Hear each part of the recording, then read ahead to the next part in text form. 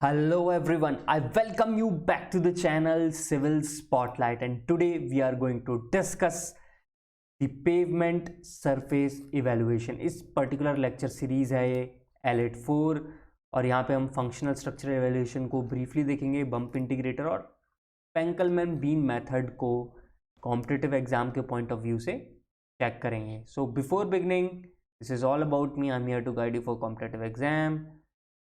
So without any delay, let's begin our lecture। तो अब तक हम देख चुके हैं different types of failures, construction, maintenance, pavements की। अब बात करते हैं इवेल्युएशन ऑफ पेवमेंट की। तो पेवमेंट को कैसे इवेल्युएट करें, यानी कि अगर कोई एग्जिस्टिंग पेवमेंट सिस्टम है तो ये कैसे पता लगाया जाए उसकी कंडीशन अच्छी है या उसकी कंडीशन बेकार है। तो इसी के लिए यूज़ करते हैं इवेल्युएशन ऑफ पेवमेंट टर्म को। यहाँ पे दो हैं, फंक्शनल इवेल्युएशन, दूसरा है स्ट्रक्चरल इवेल्युएशन। फंक्शनल इवेल्युएशन क्या है? फंक्शनल इवेल्युएशन का मतलब है कि सरफेस को इवेल्युएट करना। अब सरफेस में आप समझ सकते हैं कि ज़्यादा चीज़ें नहीं होंगी। फॉर एग्जांपल अनइवननेस की बात कर सकते हैं, रट्स देख सकते हैं, पैचेस देख सकते हैं, क्रैक्स देख सकते हैं, पॉट होल्स वगैरह। ये सारी की सारी किस में आ गई? इन चीज़ों की एनालिसिस ये आ गई है इसमें, यानी कि फंक्शनल इवेल्युएशन में। जब स्ट्रक्चरल इवेल्युएशन की बात की जाएगी तो हम देखना चाहेंगे स्ट्रेंथ के बारे में, हम देखना चाहेंगे और कितनी सर्विस कर सकती है। तो उसके लिए कुछ और भी चाहिए। तो क्या चाहिए? उसके लिए करनी पड़ सकती है एनडीटी। तो एनडीटी यानी कि नॉन डिस्ट्रक्टिव टेस्टिंग वो करनी पड़ सकती है। तो उसको करने जाते तो उसका वे मतलब प्रिंसिपल क्या है? उसका प्रिंसिपल है लोड लगा के उसमें एक डिफ्लेक्शन देते हैं पेवमेंट के अंदर, और पेवमेंट का रिबाउंड जो है उसको फिर चेक करते हैं। अगर ज़्यादा रिबाउंड है तो इसका मतलब ज़्यादा डिफ्लेक्ट हुआ होगा, कम रिबाउंड है तो कम डिफ्लेक्ट हुआ होगा। इस कंसेप्ट से क्वालिटी को असेस किया जाता है इन डिफरेंट पेवमेंट्स। तो ये किस में आ गया? स्ट्रक्चरल इवेल्युएशन में आ गया। अगर वो सिंपल वर्ड्स में पूछेगा स्ट्रक्चरल इवेल्युएशन क्या है, तो सिंपल कह सकते हो ये इलास्टिक डिफॉर्मेशन से रिलेटेड है। तो हमने ये बात मैंने यहाँ पे क्लियरली आप लोगों के लिए मेंशन कर दी है।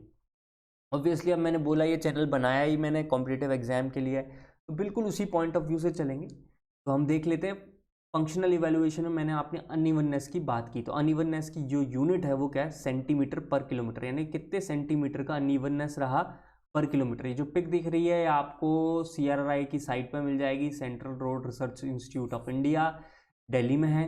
उसकी साइट से ही मैंने लिया है। ये बम्प इंटीग्रेटर होता है, इसको माउंट कर देते हैं और चलते हैं एक पर्टिकुलर स्पीड से।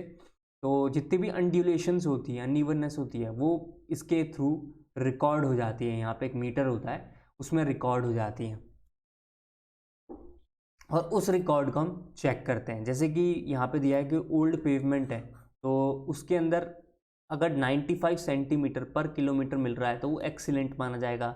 95 से ज़्यादा अनइवननेस मिली अप टू 119 तो वो गुड है, फिर फेयर है। वेरी पुअर 240 के अबव है। बट अगर कोई नया पेवमेंट है, नया कंस्ट्रक्शन हुआ है, तो उसमें देखो काफ़ी लो वैल्यूज़ रखी गई हैं। तो वहाँ पे रखा गया है कि 120 सेंटीमीटर पर किलोमीटर को गुड माना गया है और 145 के अबव भी पुअर मान लिया गया है। जबकि यहाँ पे पुअर किसके अबव माना गया था?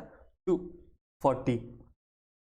तो आप देख सकते हैं ये दो चीज़ें हैं। आप कुछ नहीं तो इतना तो याद कर ही लो कि 120 इधर 145 पुअर है, इधर 240 के अबव पुअर है और अबाउट 95 के नीचे एक्सीलेंट है।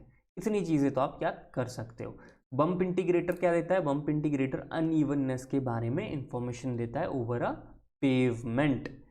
बात करते हैं स्ट्रक्चरल इवेल्युएशन की। तो मैंने आपसे कहा एनडीटी कर सकते हैं, और इसकी मदद से अगर हमने क्वालिटी को असेस कर लिया किसी पेवमेंट की, तो उसके बाद उसके ऊपर डिज़ाइन करेंगे।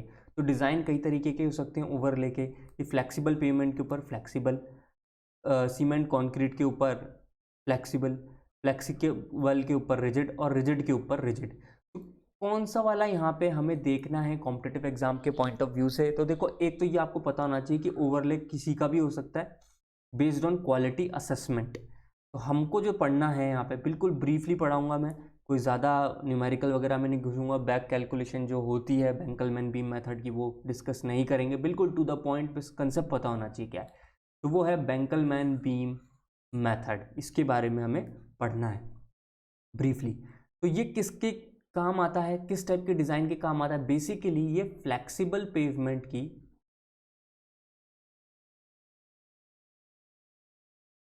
क्वालिटी को असेस करता है। इससे हमें फ़ायदा क्या हुआ कि एग्जिस्टिंग जो फ्लेक्सिबल पेवमेंट है उसकी क्वालिटी कैसी है, इसके बारे में आइडिया लगाने के लिए एक पुराना मेथड है, इसे कहते हैं बेंकलमैन बीम मेथड। इसे यूज़ करते हैं। इसके अंदर अब क्या करते हैं, इसके अंदर ये टायर है, ये जो पीछे के दो टायर्स होते हैं इनके बीच में गैप होता है ना, इसके बीच में से एक बीम सी होती है, यही बीम होती है। बेंकलमैन तो वो आदमी है जिसने बना दिया, बीम आप समझ ही गए, ये रही बीम, इसी वजह से इसका नाम बेंकलमैन बीम है। तो ये बीम सी होती है। अब देखो जब ये टायर यहाँ पे है तो ऑब्वियसली यहाँ इलास्टिक डिफॉर्मेशन हो रहा होगा। कैसे? अंडर दिस लोड यहाँ जो टायर है, स्ट्रेस जहाँ मैंने दिखाया आपको स्क्रीन के ऊपर, यहाँ पे थोड़ा सा इलास्टिक डिफॉर्मेशन हुआ होगा, सेटलमेंट हुआ होगा। और जैसे इस टायर को आगे बढ़ा के ले जाएंगे तो ये जो पोर्शन था जो इलास्टिकली डिफॉर्म हुआ है नीचे यानी कि सेटल हुआ है, ये वापस से रिबाउंड होकर ऊपर आएगा। तो उस रिबाउंड को ही इस बीम में सेंसर लगे होते हैं, वो मेजर करते हैं। तो ये फ्लेक्सिबल पेवमेंट के लिए है। अब इसकी मदद से फ्लेक्सिबल पेवमेंट अगर बहुत बुरी है तो हम सजेस्ट कर सकते हैं कि एक और फ्लेक्सिबल पेवमेंट डाल दो इसके ऊपर। तो फ्लेक्सिबल पेवमेंट के ऊपर फ्लेक्सिबल पेवमेंट यानी कि फ्लेक्सिबल ओवरले डालने के लिए ही बेंकलमैन बीम को यूज़ किया जाता है। ये मत कर देना फ्लेक्सिबल के ऊपर रिजिड, इसके लिए बेंकलमैन बीम नहीं यूज़ करते हैं, बहुत क्लियरली बोल रहा हूँ। तो इसके अंदर वापस देखो मैंने शॉर्ट में लिखा है, लोड डाला है, ये ट्रक की टायर्स का लोड है, इसके वजह डिफ्लेक्शन होगा। डिफ्लेक्शन को अब जैसे ट्रक को बोल देंगे आगे मूव करो तो ये अनलोडिंग हो गई, अनलोडिंग हो गई तो रिबाउंड होगा, और इसी रिबाउंड को सेंसर्स मेजर कर लेते हैं। अब देखो एक लॉजिकल बात बताना, अगर बहुत ही पुअर क्वालिटी है इस रोड की, तो इसके ऊपर जो ये लोड लगाया जा रहा है तो इसका इलास्टिक डिफॉर्मेशन क्या होगा? हाई होगा, है कि नहीं? यानी कि डिफॉर्मेशन जो है वो हो गया लार्ज, यानी कि ज़्यादा डिफॉर्म कर रहा है। और जैसे ही आपने ये अनलोडिंग कर दी, ये क्या करेगा? रिबाउंड करेगा। तो ज़्यादा डिफॉर्मेशन है तो ज़्यादा रिबाउंड करेगा। तो उस रिबाउंड में अगर ज़्यादा हुआ तो एक इंडिकेशन मिल जाता है कि क्वालिटी कैसी है? पुअर है। और अगर बहुत ही अच्छी क्वालिटी का पेवमेंट है, जैसे नया नया, उस पर बेंकलमैन बीम करते नहीं है, बट फॉर मान लो करने गए, तो जो उसके अंदर जो इलास्टिक डिफॉर्मेशन होगा यानी कि डिप्रेशन जो देखने को मिलेगा वो बहुत कम देखने को मिलेगा। और इस वजह से अगर डिप्रेशन कम है तो भाई जो रिबाउंड होगा वो भी कम होगा। तो गुड क्वालिटी बताता है कि लेस रिबाउंड। ये क्वेश्चन आ सकता है। एक और क्वेश्चन आ सकता है कि बेंकलमैन बीम जो है वो स्टैटिक लोड है या डायनेमिक लोड है। इसमें चलते हुए ट्रक के टायर के नीचे नहीं करा जाता है। इस टायर को पहले, ट्रक को पहले रोक दो, अब इसके अंदर धीरे से ये बीम रख दो और इस ट्रक वाले को बोल दो हाँ भाई एक आगे, अब तू आगे ले जा। ये थोड़ा सा मतलब सपोज करो थोड़ा आगे ले गया है 50-60 मीटर, तो रिबाउंड हमें अच्छे से देखने को मिल गया। 50-60 मीटर आगे जाके इस ट्रक को खड़ा कर दिया तो हमें पता लग गया इस पर्टिकुलर जोन में जहाँ पहले ट्रक खड़ा था वहाँ पे क्या था और हटने के बाद अब क्या हुआ है। ठीक है, तो ये स्टैटिक लोड की कैटेगरी में आया है। अभी भी आपको मैं थोड़ा जाते जाते ये बता जाता हूँ कि नॉन डिस्ट्रक्टिव टेस्टिंग में जो आज की तारीख में फ्लेक्सिबल पेवमेंट के लिए क्वालिटी को असेस करने के लिए यूज़ करते हैं वो है फॉलिंग वेट डिफ्लेक्टोमीटर। क्योंकि फॉलिंग वेट डिफ्लेक्टोमीटर में वेट जो है बहुत बड़ा हो जाता है, टन्स के आसपास पहुँच जाता है, तो लाइट वेट डिफ्लेक्टोमीटर भी यूज़ किया जाता है। अभी मैं दिखाता हूँ कैसे। तो फॉलिंग वेट डिफ्लेक्टोमीटर नाम तो पता होना चाहिए आपको एटलीस्ट। FWD का मतलब है फॉलिंग वेट डिफ्लेक्टोमीटर, हो सकता है इसी का फुल फॉर्म पूछ लें, है ना। तो इसमें क्या होता है, एक लार्ज वेट है उसको अलाउ करते हैं गिरने पे पेवमेंट के ऊपर, और फिर उस इम्पैक्ट को जो जनरेट होता है उसके थ्रू पल्सेस और उसका रिबाउंड सारी चीज़ों को सेंसर से मेज़र करके ले जाते हैं, बैक कैलकुलेशन करते हैं और क्वालिटी को असेस कर लेते हैं। ऑब्वियसली इसका वेट इतना लार्ज होता है कि ह्यूमन अपने हैंड से नहीं कर सकता है, इसलिए यहाँ पे हाइड्रोलिक लिफ्टर्स को यूज़ किया जाता है जो इसके अंदर मौजूद वो बहुत भारी वेट को उठाता है और फिर अलाउ करता है कि वो फॉल कर सके इस पर्टिकुलर सिस्टम पे। तो ये FWD हो गया।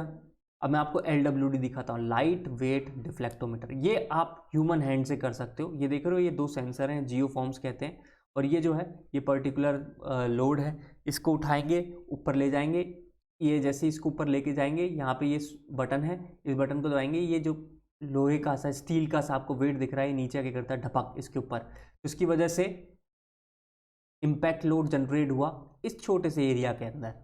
उसको, उसका क्या रिबाउंड हुआ, किस तरीके से हुआ, कितने टाइम हुआ, वो सारी की सारी चीज़ें किसने रिकॉर्ड कर ली, इन दो सेंसर ने रिकॉर्ड कर ली। और दो सेंसर यहाँ पे भी रख दो इसकी इस तरह। फिर उस वैल्यू को ले जाओ लैब में और बैक कैलकुलेशन से क्वालिटी को असेस कर लो। तो ये बहुत बेसिक पोर्शन था, क्योंकि मेरे को कॉम्पिटिटिव एग्ज़ाम के लिए पढ़ाना है, इसलिए मैंने इतना ही पढ़ाया है। ऑब्वियसली इससे बहुत ज़्यादा है, बट ये आपके लिए पेमेंट वैल्यूएशन में काफ़ी है। और नाम पता होने चाहिए एटलीस्ट कि फंक्शनल और स्ट्रक्चरल में क्या डिफरेंस है। फंक्शनल में सरफेस जा रहा है, स्ट्रक्चरल में क्वालिटी को असेस किया जा रहा है। तो इस तरीके से ये वाला लेक्चर भी ख़त्म होता है और हाईवे ऑलमोस्ट पूरी हो चुकी है। So before leaving, I request you subscribe this channel, share it with your friends, and if you have any query, mention it in the comment section below. God bless you all.